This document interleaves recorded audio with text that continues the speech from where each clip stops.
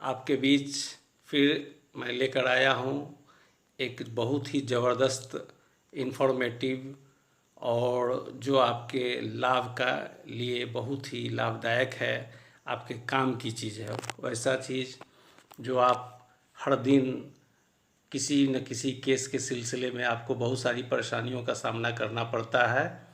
तो इसीलिए मैं आपके लिए लेकर आया हूँ, आपके जीवन को सुखमय बनाने के लिए, सरल बनाने के लिए, और वो भी फ्री में, बिना 1 रुपया खर्चा किए हुए। आप अपने केस का पता कैसे कर सकते हैं? अपने मोबाइल फ़ोन से, अपने लैपटॉप से आप अपने केस का पता किसी भी समय कर सकते हैं। तो दोस्तों, उसके लिए आपको सबसे पहले अपना गूगल प्ले स्टोर खोल लेना है, और यहाँ पे मैं आपको दिखा रहा हूँ। अपने गूगल प्ले स्टोर पर जाएं और गूगल प्ले स्टोर पर आप सर्च करें यहाँ पे ई कोर्ट सर्विस ऐप। आप जैसे ही इस पर क्लिक करेंगे, ये डाउनलोड होने लगेगा, और डाउनलोड होने के बाद यहाँ आप ध्यान देने की जो ज़रूरत है वो है कि ये ई कोर्ट सर्विसेज बहुत सारा खुलेगा, लेकिन उसमें जो नेशनल इंफॉर्मेटिक्स सेंटर नीचे लिखा हुआ है उस पर ही क्लिक करना है। ये गवर्नमेंट का सरकारी ऐप है और फ्री में है, और ओपन पर क्लिक करते हैं। जैसे ही आप ओपन पर क्लिक करते हैं तो ये e court services high court and district court खुलने लगता है, और ये जब खुल जाता है तो ये इसमें देखिए ये 4 बटन है।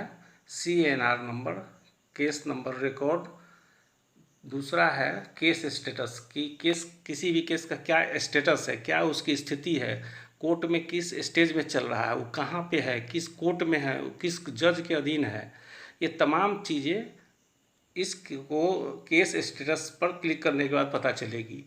तीसरा है हमारा कॉज लिस्ट। कॉज लिस्ट का मतलब होता है कि कोई भी केस किस कोर्ट में रजिस्टर्ड है, किसकी सुनवाई कब होने वाली है। तो 1 सप्ताह पहले का मतलब जो भी केसेज है वो उसके बारे में ये जानकारी हमको दे देगा कि किस कोर्ट में और किस तारीख को नया केस या कोई भी केस लगने वाला है। और चौथा है माई केसेज। ये केसेज वैसा केसेज है जिससे आपका बहुत सारा केस चल रहा है, आपको निगरानी करने में दिक्कत होती है, या कोई हमारे अधिवक्ता बंधु भी हैं उनको भी दिक्कत होती है, तो वो माई केसेज पर अपने केसेस को यहाँ पे सेव कर सकते हैं, और सभी सेव केसेस के बारे में वो प्रत्येक डेट को वो केस बताते जाएगा कि हाँ इस तारीख को आपको ये केस है, इस तारीख को ये केसेज है। तो सर चलिए सबसे पहले चलते हैं, एक CNR नंबर है। CNR नंबर पर क्लिक करते हैं तो यहाँ पे यदि आपको CNR नंबर मालूम है तो आप यहाँ पे क्लिक करेंगे, सर्च करेंगे तो हो सकता है। दूसरा है कि आप अपने QR कोड से, किसी भी केस का एक QR कोड भी होता है, तो आप वहाँ से भी क्लिक करेंगे तो यहाँ से पता हो सकता है। ठीक है दोस्तों। अब दूसरा है कि केस स्टेटस पर हम क्लिक करते हैं। केस स्टेटस पर क्लिक करने के बाद सेलेक्ट स्टेट, किसी भी स्टेट को हम सेलेक्ट कर सकते हैं। बहुत सारा यहाँ पे स्टेट है, भारत के सभी स्टेट का यहाँ जिक्र है। हम यहाँ बिहार को सिलेक्ट करते हैं, और बिहार को सिलेक्ट करने के बाद यहाँ पे हम डिस्ट्रिक्ट को सिलेक्ट करते हैं। डिस्ट्रिक्ट में भी सभी डिस्ट्रिक्ट है, बिहार के जितने भी डिस्ट्रिक्ट है आप स्क्रॉल करके देख सकते हैं ऊपर नीचे। तो हम यहाँ पे सिलेक्ट करते हैं मुजफ्फरपुर। जैसे ही आप मुजफ्फरपुर सेलेक्ट करते हैं तो अब यहाँ पे आ जाता है केस नंबर के बारे में, कि केस नंबर क्या है किसी भी कोर्ट में। तो जैसे यहाँ कोर्ट है, 6 कोर्ट है, तो डिस्ट्रिक्ट है मुजफ्फरपुर डिस्ट्रिक्ट DJ डिवीज़न मतलब डिस्ट्रिक्ट जज डिवीज़न, मुजफ्फरपुर CGM डिवीज़न मतलब Muzaffarpur chief judicial magistrate division, Muzaffarpur civil senior division. इसका अर्थ होता है कि जो भी सब जज होते हैं वो सीनियर डिवीज़न में होते हैं, तो आप यहाँ से सब जज का पता कर सकते हैं। चौथा होता है कि मुजफ्फरपुर सिविल जूनियर डिवीज़न, तो ये मुंसिफ कोर्ट होता है। तो आप कोई भी मुंसिफ कोर्ट है उसके बारे में क्लिक जानकारी के लिए यहाँ पे आप क्लिक करते हैं तो जानकारी मिलेगी। पांचवा है JJ board, juvenile justice board है, जो 18 साल से कम उम्र के जो बच्चे हैं उनका जो केस होता है आप यहाँ से पता कर सकते हैं। उसके बाद वेस्ट सिविल कोर्ट, मुजफ्फरपुर में 2 कोर्ट है, तो एक वेस्ट का है जो पश्चिमी इलाके का है, तो आप यहाँ पे क्लिक करेंगे तो उसके बारे में पता हो सकता है। जैसे अभी हम चलते हैं मुजफ्फरपुर डिस्ट्रिक्ट जज पर क्लिक करते हैं। केस का कोई भी केस का टाइप हो, मान लीजिए क्लेम केसेज है, तो हम सर्च करते हैं कोई भी केसेस के बारे में।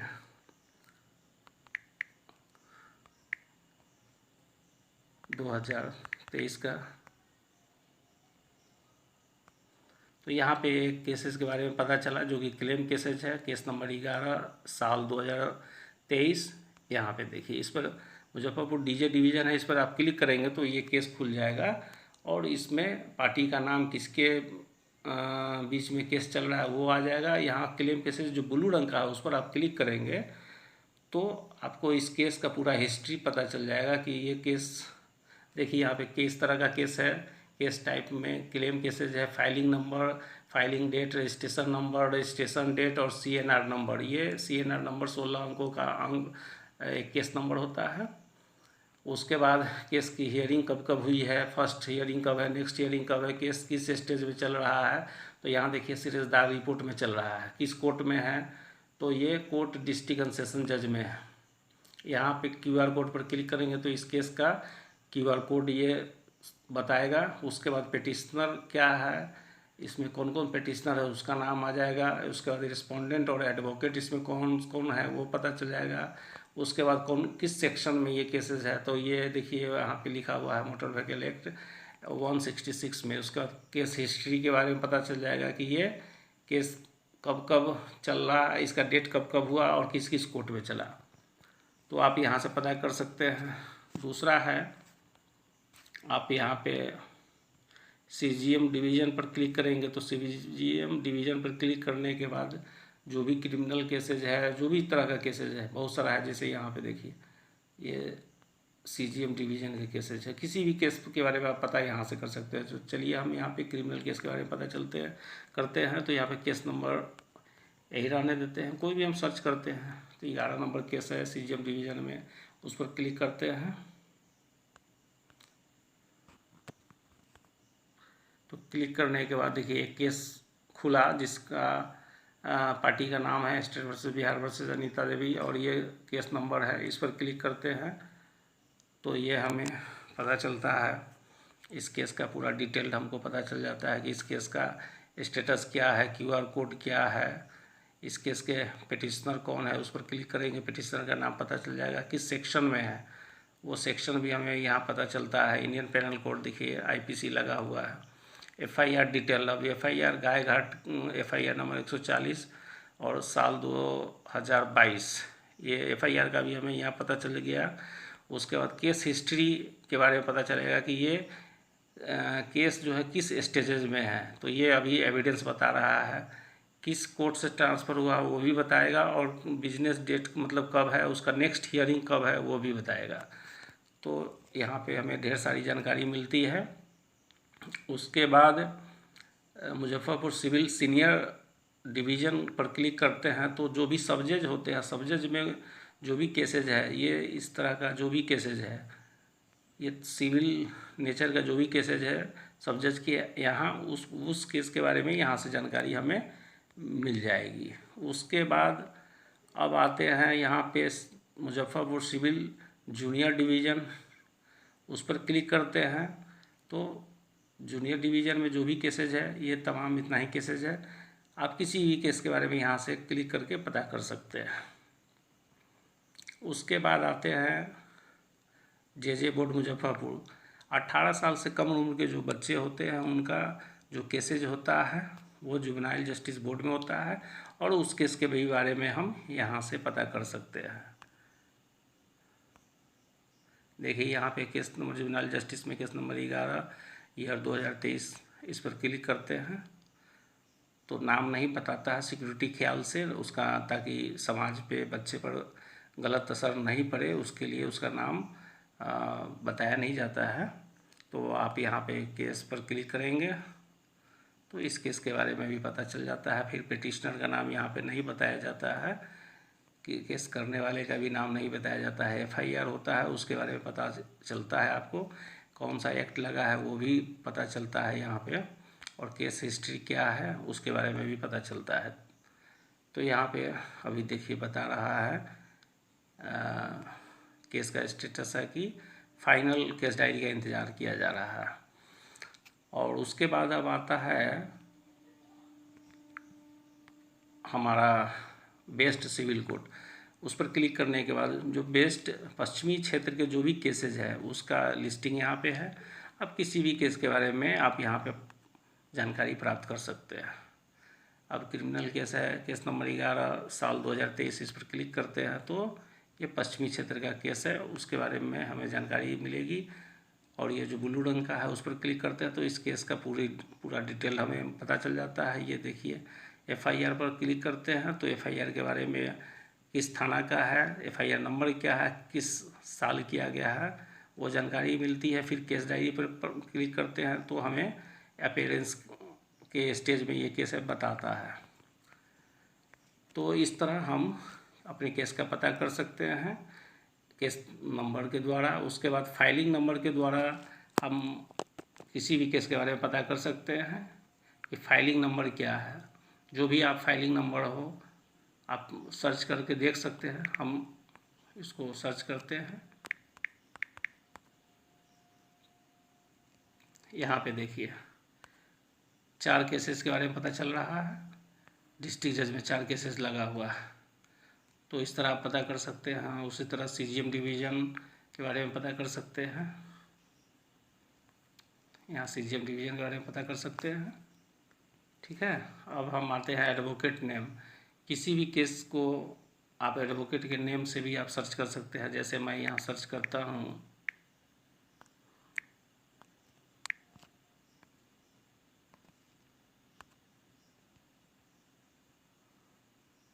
आप किसी भी एडवोकेट के नाम से भी सर्च कर सकते हैं। मान लीजिए आप एडवोकेट का नाम जान रहे हैं, केस के बारे में पता नहीं है, तो आप उसके नाम को भी सर्च करके यहाँ से पता कर सकते हैं। देखिए यहाँ पे 692 केसेस संजय कुमार के नाम से है।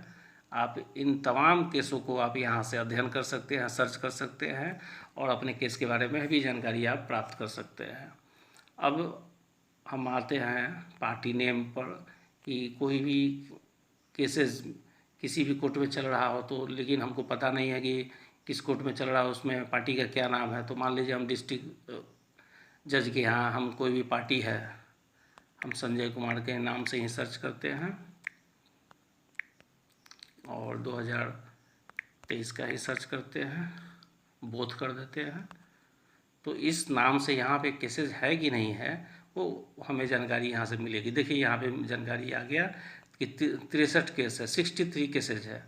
अब 63 केसेस विभिन्न तरह के हो सकते हैं, उसके बारे में हमको यहाँ से जानकारी प्राप्त होती है। उसके बाद आप FIR नंबर आपको यदि मालूम है किसी भी केसेस के बारे में, जैसे मान लीजिए हम डिस्ट्रिक्ट जज के यहाँ ही हैं और कोई भी केसेस हम के बारे में उसका थाना नंबर हमको मालूम है और हम पता करना चाहते हैं तो कैसे पता करेंगे। जैसे यहाँ पे आप मैं बताना चाह रहा हूँ,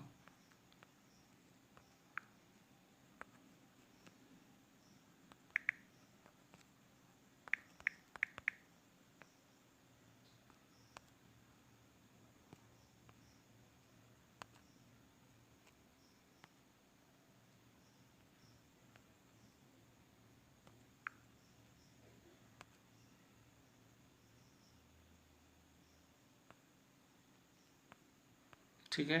तो यहाँ पे पता चल रहा है कि इस थाना नंबर के नाम से कोई भी केसेस आज के डेट में डिस्ट्रिक्ट जज के यहाँ नहीं चल रहा है। अब हम चलते हैं एक्ट पर क्लिक करते हैं तो एक्ट के आधार पर मतलब धारा के आधार पर भी आप पता कर सकते हैं कि किस धारा में कोई भी केस चल रहा है। जैसे मान लीजिए डिस्ट्रिक्ट जज के यहाँ ही चल रहा है तो डिस्ट्रिक्ट जज के यहाँ मान लीजिए 302 का कोई मुकदमा चल रहा है तो सर्च बाई एक्ट से भी हम पता कर सकते हैं।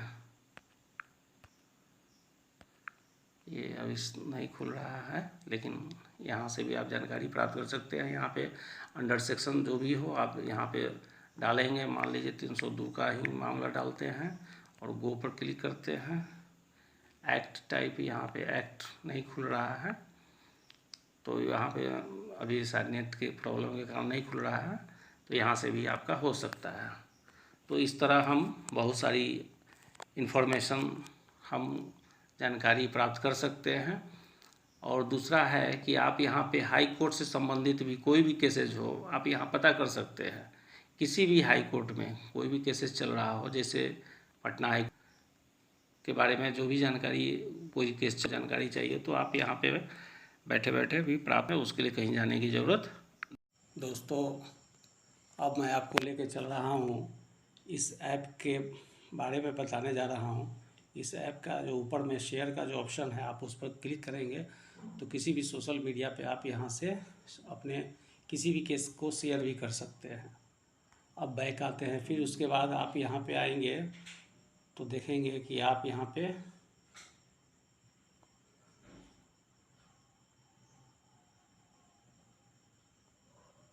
किसी भी केस के बारे में आप यहाँ से पता कर सकते हैं।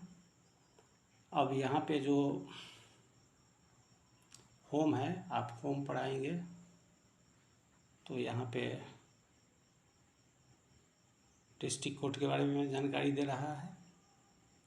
ये जो 3 लाइन है, आप उस 3 लाइन पर जो बाएं तरफ में सबसे ऊपर में है उस पर आप क्लिक करेंगे तो आपको यहाँ पे बताएगा। सेटिंग में आप जाएंगे तो सेटिंग में जाने के बाद हाई कोर्ट या डिस्ट्रिक्ट कोर्ट या बोथ करेंगे तो दोनों कोर्ट के बारे में जानकारी देगा। अब देखिए यहाँ पे हाई कोर्ट और डिस्ट्रिक्ट कोर्ट दोनों आ गया।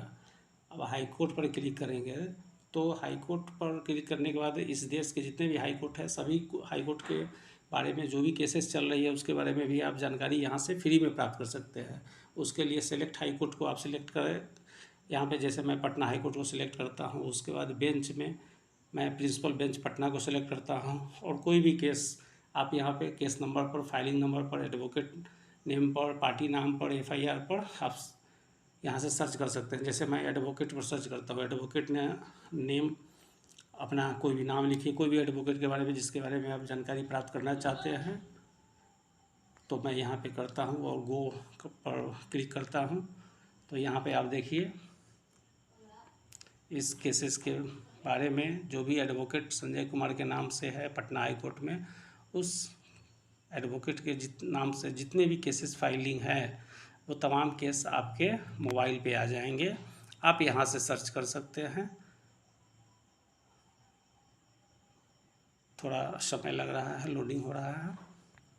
बहुत जल्द आपको इन तमाम चीज़ों के बारे में आपके मोबाइल पे आ जाएगा। यहाँ लोडिंग में थोड़ा समय लग रहा है तो आप यहाँ से प्राप्त कर सकते हैं। उसके बाद एक और चीज़ के बारे में जानकारी देना चाहता हूँ कि यहाँ पे एक इंडिया कोड है, इस पर आप क्लिक करेंगे तो लॉ से संबंधित जितने भी किताब है, बुक्स है, जो भी है उसके बारे में आप एक नया पोर्टल खुलता है, आप वहाँ पे किसी भी एक्ट के बारे में जानकारी प्राप्त कर सकते हैं। उसके बाद फिर बैक आते हैं और दूसरा है जजमेंट सर्च। आप जजमेंट सर्च पर क्लिक करते हैं तो किसी भी केस के बारे में जो आप जजमेंट लेना चाहते हैं, उसका निर्णय क्या हुआ या उससे केस से संबंधित कोई केस लेना चाहते हैं तो उसके बारे में भी आपको यहाँ पे इंफॉर्मेशन मिलेगा। उसके लिए आपकी वर्ड पे बेल लिखे हैं, उसके बाद जो कैप्चा है वो कैप्चा यहाँ पे टाइप करेंगे, उसके बाद सर्च करेंगे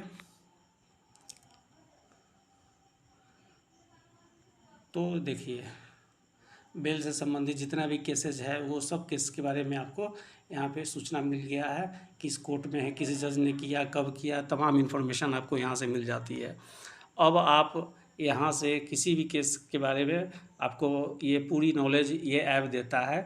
और मैं समझता हूँ कि इस ऐप की मदद लेने के बाद आपको कोर्ट कचहरी से संबंधित किसी भी समस्या के लिए कोई भी परेशानी आपको नहीं होने वाली है। सबका समाधान आपका ये ऐप है। तो आशा करता हूँ यह वीडियो आपके लिए बहुत ही लाभदायक सिद्ध होगा और बहुत लोग इसका फ़ायदा उठाएंगे। और इस देश के जो लोग किसी कोर्ट कचहरी के बारे में विशेष जानकारी नहीं मिल पाती है, इस ऐप के माध्यम से उनको जानकारी मिलेगी और वे लाभ उठाएंगे।